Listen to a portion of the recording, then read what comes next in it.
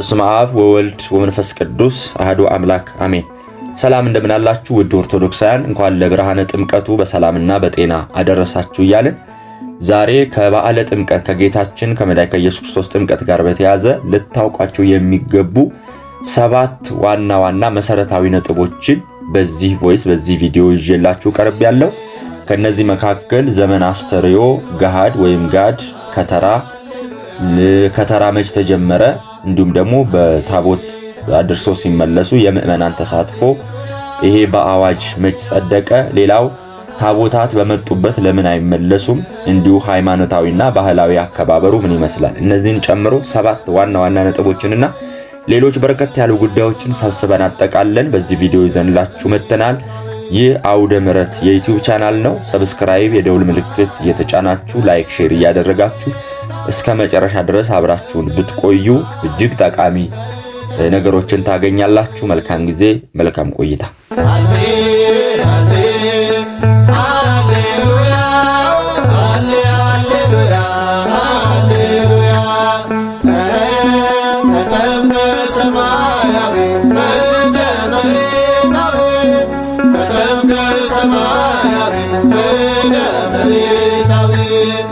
ዘመነ አስተርእዮ። ዘመነ አስተርእዮ ማለት የመገለጥ ዘመን ወይም የመታየት ጊዜ ማለት ነው። ይሄውም በግሪከኛ ቋንቋ ኤጲፋንያ ይለዋል። ኤጲፋንያ ማለት ደግሞ በዓለ ጥምቀት ማለት ነው። በዓለ ጥምቀት ማለት ደግሞ የመገለጥ በዓል ማለት ነው። ቅዱሳን ሐዋርያት ዲድስቅልያ በተባለ መጽሐፋቸው ላይ ስለ ጌታችን አበይት በዓላት አከባበር ሲደነግጉ እንዲህ አሉ። ወእምድኅረ ዝንቱ ግበሩ በዓለ ኤጲፋንያ ዘውእቱ በዓለ ጥምቀት። ከበዓለ ልደት ቀጥላችሁ በዓለ ኤጲፋንያን አክብሩ፣ ይኸውም የጥምቀት በዓል ነው ብለዋል። በዓይን የማይታይ በእጅ የማይዳሰስ መለኮት በሥጋ መገለጡን ለማስረዳት ኤጲፋንያ ብለውታል። አያይዘውም ጌታ ኢየሱስ ክርስቶስ በዮሐንስ እጅ በዮርዳኖስ ወንዝ በተጠመቀ ጊዜ የባህሪ ልጅነቱን ለመግለጥ የጀመረበት ነውና ይህም በእናንተ ዘንድ የከበረ በዓል ይሁን ብለዋል። ዘመነ አስተርእዮን ለማስታወስ ሥርዓት ሰርተዋል። ፍትሐ ነገሥት አንቀጽ 29።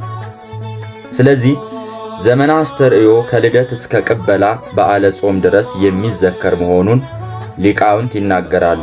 በባህሪ መለኮቱ የማይወሰን መለኮት ለአዳም በገባው ቃል ኪዳን መሠረት ዘመኑ ሲደርስ አካላዊ ቃል ከመቤታችን ከቅድስት ድንግል ማርያም በተወለደ ጊዜ በቤተልሔም በሕፃንነት ሥርዓት በግርግም ተኝቶ አውራ ጣቱን ታስሮ በጨርቅ ተጠቅልሎ በአጭር ቁመት በጠባብ ደረት ተወስኖ መታየቱን ያስረዳል። በቦታ የማይገናኙ በክብር የማይመጣጠኑ በግብርም የማይመሳሰሉ መላእክትና እረኞች አንድ ሆነው ሲዘምሩ በመታየታቸው ዘመነ አስተርእዮን ይበልጥ ያስገነዝባል። ሊቁ ቅዱስ ያሬድ የሰላም ባለቤት የቅኖች ጌታ ዘላለማዊ ንጉሥ የሆነው ክርስቶስ በግልጽ መታየቱን እንዲህ ሲል መስክሯል። በዮርዳኖስ ተጠመቀ ፈጺሞ ሕገ ወአስተርአየ ገሃደ። መንግሥቱ በዳዊት መንግሥት ላይ ትጸናለች፣ ለሰላሙም ፍጻሜ የለውም። ቅድመ ዓለም የነበረ ቅንነትን በወገቡ ያጎናጽፋል፣ በዘመኑም ሰላም ይሆናል። ሕግን ፈጽሞ በዮርዳኖስ ተጠመቀ፣ በግልጥም ታየ በማለት በዝማሬ ምስክርነቱን ሰጥቷል። ስለዚህ አስተርእዮ ማለት መድኃኒታችን ከሰማያት ወርዶ ጊዜው ሲደርስ ከሴት ተወለደ፣ ወደር በሌለው ብርሃን ውስጥ የሚኖር አምላክ ሲሆን ሟች ሥጋን ለብሶ ተገለጠ ማለት ነው።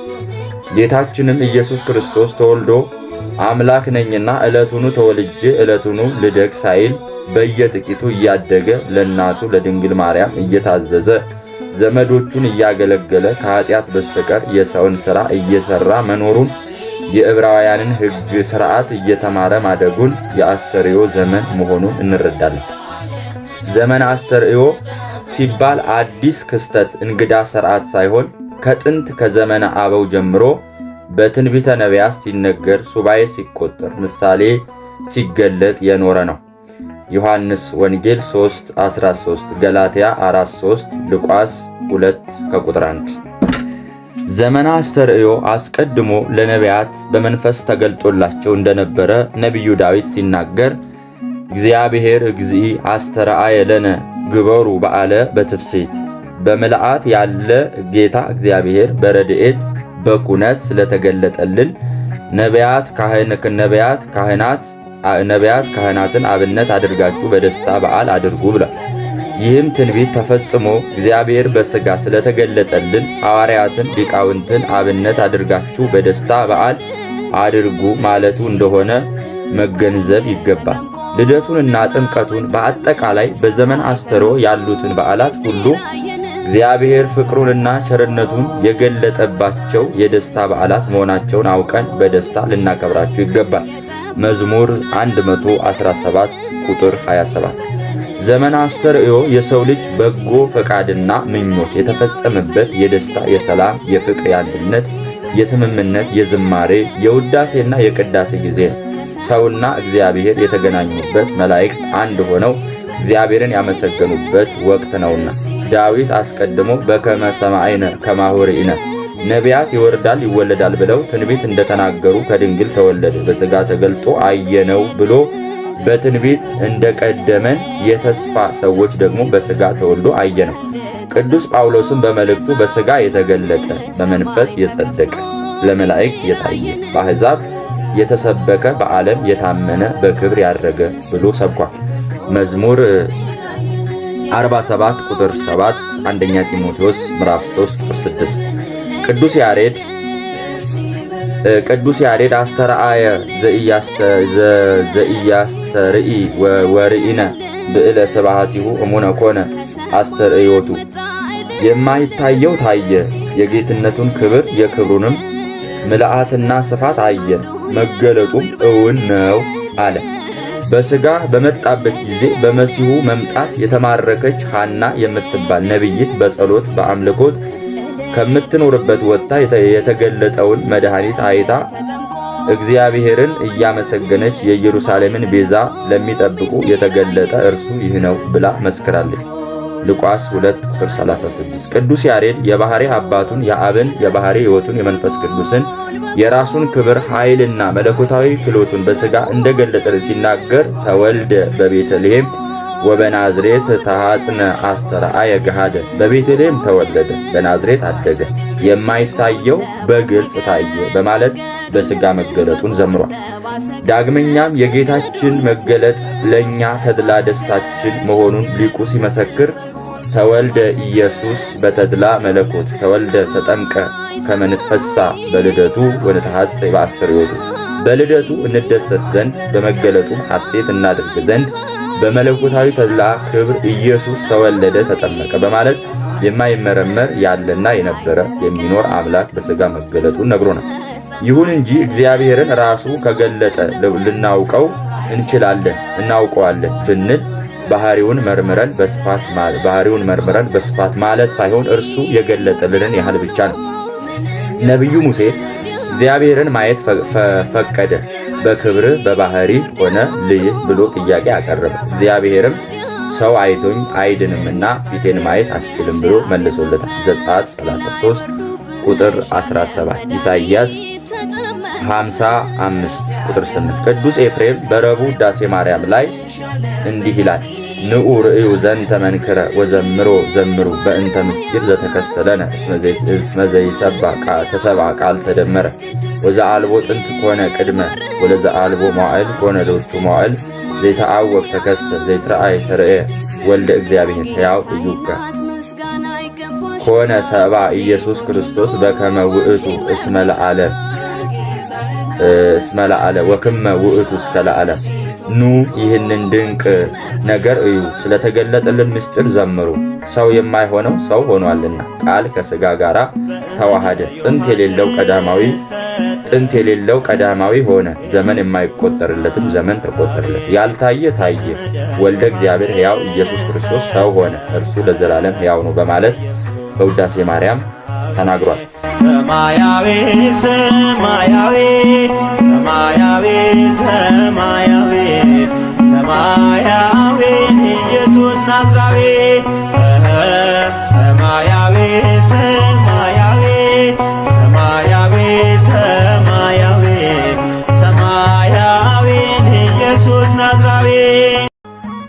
ሁለተኛ ጋድ ወይም ገሃድ ጥር 10 ቀን ምንም መብል ሳይቀምሱ ምዕመናን ሁሉ እስከ ምሽት ይጾሙ ዘንድ የቀደሙ አባቶቻችን ታላላቅ ሊቃውንት የቤተ ክርስቲያን መምህራን ሥርዓት ሰርተዋል። በዚህ ዕለት ምዕመናን እስከ ምሽት እንዲጾሙ ያዘዙበት ምክንያት ይህ ነው። ጋድ ማለት ለውጥ ምትክ ማለት ሲሆን የልደትና የጥምቀት በዓል በረቡዕ ወይም በአርብ ቀን ሲሆን በዋዜማው ማክሰኞ ወይም ሐሙስ ከጥሉላን ምግብ ሆነ ከማንኛውም መብል በመጾምና በዓሉን እንዲያከብሩ አባቶቻችን ሐዋርያት አዘዋል። እነዚህ ሁለቱ የእግዚአብሔር ታላላቅ በዓላቶች ናቸውና እንደ ሥርዓተ ቤተ ክርስቲያን አስተምሮ ማንኛውም ክርስቲያን ሊጾማቸው የሚገቡ የአዋጅ አጽዋማት 7 ናቸው። እነዚህም አብይ ጾም፣ ጾመ ሐዋርያት፣ ጾመ ፍልሰታ፣ ጾመ ነቢያት፣ ጾመ ገሃድ፣ ጾመ ነነዌ እና ጾመ ድነት የአርብና የረቡዕ ጾም ናቸው። የገሃድ ጾም ከ7ቱ የአዋጅ አጽዋማት አንዱ ነው ማለት ነው። ስያሜውና ትርጉሙ ገሃድ ማለት መገለጫ፣ ግልጥ፣ ይፋ ማለት ነው። ጋድ ማለት ደግሞ ለውጥ ወይም ልዋጭ ማለት ነው። ጥምቀት ረቡዕ፣ አርብ ቢውል በዚያ ለውጥ ማክሰኞና ሐሙስ ይጾማል። ጋድ አለው። አቡነ ጎርጎርዮስ በጻፉት የኢትዮጵያ ኦርቶዶክስ ተዋሕዶ ቤተክርስቲያን ታሪክ ላይ ገሃድ የጥምቀት ብቻ ነው። ጥምቀት ረቡዕና አርብ በሚውልበት ጊዜ በኋላ የሚገኙት ማክሰኞና ሐሙስ የፍስክ ቀንነታቸውን ወደ ጾምነት ተለውጦ ይጾማል። በእነሱ ለውጥ ጥምቀት የሚውልባቸው የጾም ቀኖች ረቡዕና አርብ የፍስክ ቀን ሆነው ይከበራሉና ጋድ የረቡዕና የአርብ ለውጥ ነው ብለናል። ነገር ግን በሌላ ቀን ቢውል የጥምቀት ዋዜማ ይጾማል ሲሉ ስለ ገሃድ ጾም ገልጸዋል። ለልደት ገሃድ የሚባለው በልምድ እንደሆነም ሲያብራሩ ገሃድ ለጥምቀት ብቻ ነው። በልማድ ግን የልደትም ዋዜማ ገሃድ እንለዋለን። ነገር ግን ልደት የሚውልባቸው አርብ ወይም ረቡዕ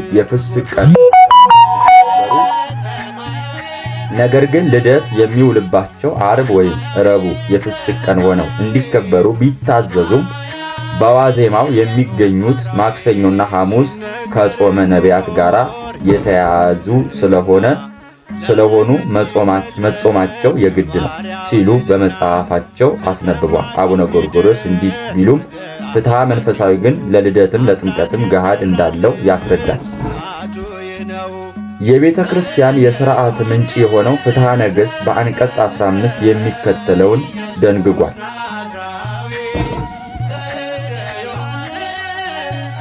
ይህችም ከአብይ ጾም አስቀድማ የምትሆን የሕርቃን ጾም ናት።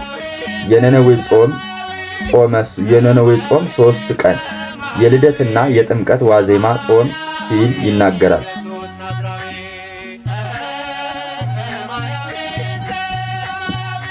የቤተ ክርስቲያን የሥርዓት ምንጭ ሆነው ፍትሐ ነገሥት በአንቀጽ 15 የሚከተለውን ደንግጓል። እነርሱም እንደ አብይ ጾም በመጠንቀቅ የሚሆን አለ። ይህችውም ከአብይ ጾም አስቀድማ የምትሆን የሕርቃል ጾም ናት። የነነዌ ሰዎች ጾም 3 ቀን የልደትና የጥምቀት ዋዜማ ጾም ሲል ይናገራል። ፍትሐ ነገሥት የሥርዓተ ቤተ ክርስቲያን ምንጭ በመሆኑ እኛም መጽሐፉን እንደሚለው ልንመራ ግድ ነው። ትክክለኛውን ለመያዝ ከምንጩ መነሳት አግባብ ነው። በመሆኑም የልደት በዓል ገሃድ አለውን ለሚለው ጥያቄ መልሳችን አዎ፣ የልደት በዓል እንደ ጥምቀት ገሃድ አለው የሚል ይሆናል። ለዚህ ምንጫችን የቤተ ክርስቲያን የሥርዓት ምንጭ የሆነው ከላይ ያስነበብነው የፍትሐ ነገሥት ንባብ ነው። እንዴት በጾም ላይ ደምረን ገሃድን እንጾማለን ቢሉ ጾመ ነቢያት ከኅዳር 15 ጀምሮ እስከ ታኅሳስ 28 ቀን ለ14 ቀናት ይጾማል። ከእነዚህ መካከል 40ው ቀን ጾመ ነቢያት፣ 3ቱ ጾመ አብርሃም ሶርያዊ ሲሆን የቀረው 1 ቀን ደግሞ የገሃድ ጾም ነው። በልደት የሚጾመው የገሃድ ጾም በጾመ ነቢያት ውስጥ ተካቶ ይጾማል ማለት ነው። ይህ ማለት በአብይ ጾም ውስጥ ጾመ ሕርቃልና ሰሞነ ሕማማትን ተካተው እንደሚጾሙ ማለት ነው። ፍትሐ ነገሥት አንቀጽ 15 ቁጥር 565 በዘመነ ዮሐንስ በዓለ ልደት በታኅሳስ 28 ነውና የገና ጾም የሚጾመው ለ43 ቀናት ነው። የዘመነ ዮሐንስ ገና ገሃድ የለውምን የሚል ጥያቄም ከተነሳ መልሱ ልደት በዘመነ ዮሐንስ ገሃድ አለው የሚል ነው። ይልቁንም በአብይ ጾም፣ በጾመ ሐዋርያት፣ በጾመ ፍልሰታ፣ በጾመ ነቢያት፣ በጾመ ነነዌ፣ በጾመ ድነት የረቡዕና ዓርብ ጾምን ደርበን እንደምንጾም እንዲሁ ገሃድን በጾመ ነቢያት ውስጥ ደርበን እንጾማለን። አብይ ጾምን ሳይጾሙ ሰሞነ ሕማማትንና ጾመ ሕርቃንን እንደማይጾሙት ጾመ ነቢያትን ከኅዳር 15 ጀምሮ ሳይጾሙ ለልደት የገና ጾምን ልጹም ማለት ጸያፍ ነው። ቤተ ክርስቲያን ለማይጾም ሰው ብላ የምትሰራው ሥርዓት የለምና ለማይጾም ሰው ገሃድ አለ ማለት ሞኝነት ነው። ጾመ ነቢያትን ሳንጾም ገሃድን ጾመን ልደትን እናክብር ማለት ንስሐ ሳንገባ ሥጋ ወደሙን እንቀበል እንደማለት ያህል ስንፍናና ድፍረት ነው። የጌታ የልደት በዓል ገሃድ የለውም የሚሉ የሚያቀርቡ ምክንያት ሰላም እብል ለጾመ ዕለት ዋህድ ዘስሙ ገሃድ ገሃድ ለተባለው ለአንዱ የጾም ዕለት ሰላም እላለሁ የሚለውን የስንክሳር የጥር 10 ንባብ ይዘው ነው። ሆኖም ዋህድ አንድ የተባለው በተከታታይ ቀናት ሳይሆን ለአንድ ቀን በልደትና በጥምቀት ዋዜማ የሚጾም በመሆኑና ከሰባቱ አጽዋማት እንደ አንዱ የሚቆጠር በመሆኑ ከሰባቱ አጽዋማት መካከል የሚቆጠሩ አጽዋማትን አንድ ብለን እንደምንቆጥር ገሃድንም አንድ ማለት ነው። ሌሎች እኛ በዚህ በኃላፊው ዓለም ተድላ ደስታ የምናደርግ እንዳይመስላቸው እንደ አይሁድና እንደ አረማውያን በዓል በመብልና በመጠጥ ብቻ እንዳናደርግ፣ ስለዚህ ከልደትና ከጥምቀት በዓል ዋዜማ ያሉትን ሁለቱን ዕለታት እንድንጾም አባቶቻችን አዘውናል። ይኸውም የጾምን ክብርና የበዓልን ክብር ለመግለጥ ነው። እንዲሁም በግብፃውያን አብያተ ክርስቲያናት የተሰራ ሥርዓት ነው። የልደትና የጥምቀት በዓል ሰኞ ቀን ቢሆን በሰንበት ቀን ይጾሙ ዘንድ አይገባም። ነገር ግን ጥሉላትን ከመብላት ይጠበቃሉ። ጥምቀት እሁድ ቀን ላይ ቢሆን ቀዳሚትን ጠዋት ብንመገብ የጥሉላን ምግብ ግን አንመገብም። የልደትና የጥምቀት በዓል ሰኞ ቀን ቢሆን በሰንበት ቀን ይጾሙ ዘንድ አይገባም። ነገር ግን ጥሉላትን ከመብላት ይጠበቃሉ። ጥምቀት እሁድ ቀን ላይ ቢውል ቀዳሚትን ጠዋት ብንመገብ የጥሉላት ምግብ ግን አንመገብም። በሌሎች ዕለታት ግን እስከ የዓርብ ፀሐይ ማለት ፀሐይ እስክትጠልቅ ድረስ መጾም ይገባል። ቅዱስ ያሬድ ድጓ ዘጋት በሚለው ክፍል የክርስቶስን ከልዕልና ወደ ትሕትና ከረቂቅ ወደ ግዙፍነት መምጣቱን አድንቋል። ዘቀዲሙ ህቡረ ጨለማን ያበራ መብራት ከብርሃን የተገኘ ብርሃን የእግዚአብሔር ልጅ ክርስቶስ ቀድሞ ስውር የነበረ ዛሬ የተገለጠ ሆነ በማለት ዘምሯል።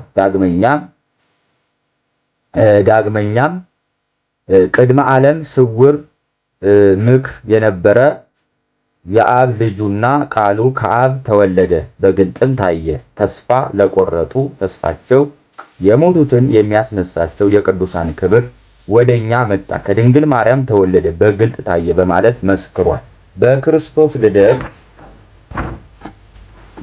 ልደት ፍጻሜ የሌለውን የጌትነቱን ክብር እንደተገለጠልን ሊቁ ሲናገር የማይታየው ታየ፣ የጌትነቱን ክብር አየን። ስለ ክርስቶስ ልደት እንሰግድለት ዘንድ መጣ፣ መንግስቱም ፍጻሜ የለውምና። ተሰውሮ የነበረው በግልጥ ተወለደ፣ ልደቱም እውን ሆነ፣ እንደ ሰው ተመላለሰ፣ ለሰላማችንም ትምህርት አብነት ሆነ በማለት መስክሯል። ቅዱስ ኤፍሬም ወርኢነ ስብሐቲሁ ከመ ስብሐተ አሐዱ ዋሕድ ለአቡሁ፣ ለአባቱ እንደ አንድ ልጅ የሆነ ክብሩን አየን ብሏል። መተርጉማን ይህንን ምስጢር ሲያመሰጥሩት ለአባቱ አንድ የሆነ ልጅ ደጃፍ የመለሰውን ማጀት የጎረሰውን ንብረት ሁሉ የሚወርስ እርሱ ነውና ሌላ ተቆራራሽ የለውም። ጌታም በወንጌሉ እስመ ኩሉ ዘቦ ለአቡየ ዚአየ ውእቱ፣ ለአብ ያለው ሁሉ የኔ ነው ብሏል። ዮሐንስ 16:15። አንድም እንደ ጌትነቱ ክብሩን አየን፣ አንድም የባህሪ አባትነቱን ጌትነት በደብረ ሲና እንዳየን የእርሱንም ጌትነት በደብረ ታቦር አየን። ዘጸአት 20:18 ማቴዎስ 17:2 የባህሪ አባቱ በኤልያስ አድሮ አንድ ምውት ሲያስነሳ እንዳየን እርሱ የዕለት ሙት ወለተ ኢያኢሮስን ወልደ መበለትን የ4 ቀን ሬሳ አልዓዛርን ሲያስነሳ አየን። አንደኛ ነገሥት 17:20 ሁለተኛ ነገሥት 4:32 ዮሐንስ ወንጌል 11:43 ማቴዎስ 9:23 አባቱ በሙሴ ግንባር ላይ ብርሃንን ሲስል እንዳየን እርሱ በደረቅ ግንባር ዓይን ሲፈጠር አየን። ዘጸአት 19:20 ዮሐንስ 9:5 ሊቁ ወዴት ነበረ ርኢነ አለ ቢሉ በብሉይ ኪዳን የነቢያትን ዓይን አድርጎ በሐዲስ ኪዳን የሐዋርያትን ማየት አድርጎ ከዚያ አባ ሕርያቆስ የሐዋርያትን መብል መጠጥ አድርጎ ንህነሰ በላይነ ወሰተይነ ምስሌሁ እኛ ግን አየነው ዳሰስነው ከእርሱ ጋር በላን ጠጣን በቅዳሴ ማርያም ብሎ እንደተናገረ በየዘመናቱ የሚሆነውን ከሩቅ ሆነው ያዩ ዳዊት በምድር ላይ እንደሚያንጠባጥብ ጠል ይወርዳል አለ። ኢሳይያስም መካህ ግሩም በሆነ በሥጋ አጽፍ ከጽዮን ይመጣል አለ። እንባቆምም እግዚአብሔር ከቴማን ከቅዱሱ ከፋራን ተራራ ከይሁዳ ነገድ ይመጣል አለ። እነሆ ሚልክያስም በአዳራሹ ውስጥ ሊያድር ይመጣል። የጽዮን ደጆች የተከበሩ መለከቶች የእስራኤል ነቢያት ናቸው አለ። ሶስተኛ ከተራ ማለት ምን ማለት ነው? ከተራ ማለት ከተረ፣ ከበበ፣ ዙሪያውን ያዘ ካለው የግዕዝ ቃል የተገኘ ነው። ከተራ ማለት ከበባ፣ እጀባ ማለት ነው። ይኸውም ታቦተ ሕጉ በጳጳሳት፣ በሊቃውንት፣ በቀሳውስት፣ በዲያቆናት እንዲሁም በምዕመናን ተከቦ ታጅቦ መጓዙን የሚያመለክት ይኸውም ታቦተ ሕጉ በጳጳሳት፣ በሊቃውንት፣ በቀሳውስት፣ በዲያቆናት እንዲሁም በምዕመናን ተከቦ ታጅቦ መጓዙን የሚያመለክት ገላጭ ቃል ነው። ዳግመኛም ከተራ ማለት ከተረ፣ ሰበሰበ፣ አጠረ ካለው ከግዕዝ ቃል የወጣ ሲሆን ይኸውም ምዕመኑ ወራጁን ውሃ ሰብስበው ወይም ገድበው በየሰበካው ቦታ ተለይቶና ተከልሎ ታቦታቱ በዳስ ወይም በድንኳን የሚያድሩበት የተለያዩ የውሃ አካላት ተጠርገው የሚከተሩበት ስለሆነ ነው። ይህም ስፍራ ባህረ ጥምቀት የታቦት ማደሪያ እየተባለ ይጠራል። የውሃ መሰባሰቢያ ወይም መሰብሰቢያ መቋመ ማይ ማለት ነው። አራተኛ ከተራ መቼ ተጀመረ? ወይም ታቦታት ከመንበረ ክብራቸው ተነስተው በሜዳ አለያም በውሃ ዳር ማክበር መቼና እንዴት ተጀመረ? የጥምቀት አከባበር በሀገራችን ኢትዮጵያ ታቦት ተሸክሞ ወንዝ ወርዶ የክርስቶስን በዓለ ጥምቀት ማክበር የተጀመረው በአባ ሰላማ ከሳቴ ብርሃን ሲሆን ይበልጥ ተጠናክሮ በሜዳና በውሃ ዳር ማክበር የተጀመረው በአጼ ገብረ መስቀል ዘመነ መንግስት ነው። ከ530 እስከ 544 ዓመተ ምህረት እንደሆነ ይነገራል። ይኸውም ከማህሌታዊ ቅዱስ ያሬድ ከ505 እስከ 532 ዓመተ ምህረት ዜማ መስፋፋት ጋር ተያይዞ ታቦታቱ በየዓመቱ ጥር 11 ቀን ጠዋት ወደ ወንዝ ወርደው ማታ ወደ መንበረ ክብራቸው እንዲመለሱ ይደረግ ነበር። ከዚህ በኋላ በቅዱስ ላሊበላ ዘመነ መንግስት በኢትዮጵያ ምድር እየተመላለሱ በብትውናና በስብከተ ወንጌል ተግተው ያገለግሉ የነበሩ ጻድቁ አቡነ ገብረ መንፈስ ቅዱስ በኢትዮጵያ ክፍላተ ሀገር እየተዘዋወሩ ባህረ ጥምቀቱን ባርከዋል። ንጉሥ ላሊበላ ከ1140 እስከ 1180 ዓመተ ምህረት ድረስ ሁሉም አጥቢያ አብያተ ክርስቲያናት ለየብቻቸው በተናጥል ሲፈጽሙት የነበረውን ክብረ በዓል አስቀርቶ በምትኩ በአንድ አካባቢ የሚገኙ አብያተ ክርስቲያናት በአንድ ተሰብስበው በአንድ ጥምቀተ ባህር እንዲያከብሩ ትእዛዝ አስተላልፈዋል። ይህም ተግባራዊ በመሆኑ የበዓሉ አከባበር ስነ ስርዓት እጅጉንና ድምቀት ባለው ሁኔታ እንዲከበር አድርጓል። በአጼ ይኩኖ አምላክ ዘመነ መንግስት ከ1208 እስከ 1235 ከ1260 እስከ 1275 ዓመተ ምህረት ድረስ በጻድቁ አቡነ ተክለ ሃይማኖት ከ12 እስከ 13 ዓመተ ምህረት ድረስ አሳሳቢነት የተጀመረው ሥርዓተ በዓል ተጠናክሮ እንዲቀጥል በአዋጅ ትእዛዝ አስተላልፈዋል። በአፄ ይኩኖ አምላክ ዘመነ መንግስት ከ1260 እስከ 1275 ዓመተ ምህረት ድረስ በጻድቁ አቡነ ተክለ ሃይማኖት አሳሳቢነት የተጀመረው ሥርዓተ በዓል ተጠናክሮ እንዲቀጥል በአዋጅ ትእዛዝ አስተላልፈዋል። አምስተኛ ከካህናቱ ባሻገር ሕዝበ ምዕመናኑ ከቤት ወጥቶ የቃል ኪዳኑን ታቦት አድርሶ እንዲሁም በማግስቱ እንዲመልስ መቼ ተደረገ? አፄ ናዖድ የተማሩ ነበሩና በመጽሐፈ ኢያሱ የአምላካችሁን የእግዚአብሔርን ቃል ኪዳን ታቦት ሌዋውያን ካህናት ተሸክመው ባያችሁ ጊዜ ከሰፈራችሁ ተነስታችሁ ተከተሉት ኢያሱ 3:3 ተብሎ የተነገረውን ቃል ንጉሥ ጠንቅቀው የሚያውቁ በመሆናቸው ማንኛውም የኦርቶዶክስ ተዋሕዶ ሃይማኖት ተከታይ የሆነ ሁሉ ታቦተ ሕጉ ወደ ጥምቀተ ባሕር በሚወርድበት ጊዜና ከጥምቀተ ባሕር ወደ ቤተ ክርስቲያን ወደ ቤተ መቅደሱ በሚመለስበት ጊዜ አጅቦ እንዲመልስ አዋጅ ነግረው በአዋጁ መሰረትም ሕዝቡ በነቂስ ወጥቶ ታቦተ ሕጉን በማወጅ በሆታና በእልልታ እንዲያከብር ተናግረዋል።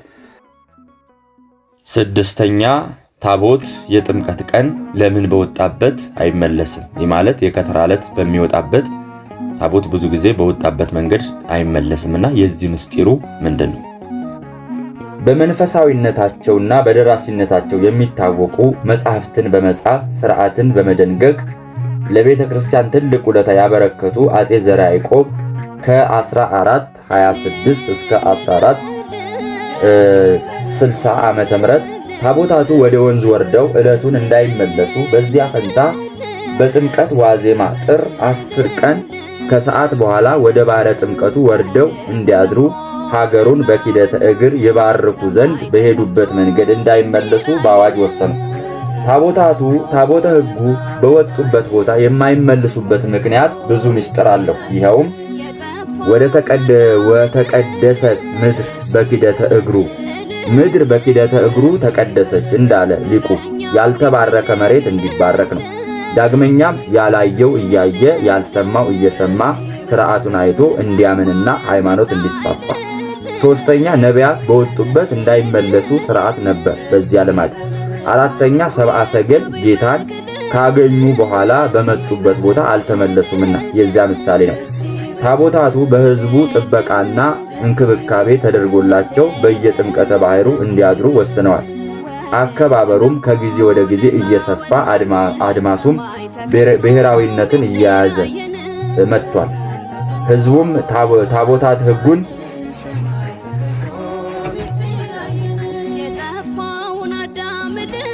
ሕዝቡም ታቦተ ሕጉን በሆታና በእልልታ ከቤተ መቅደስ አጅቦ ከወጣ በኋላ በባሕረ ጥምቀት ከትሞ ማደር ጀመረ።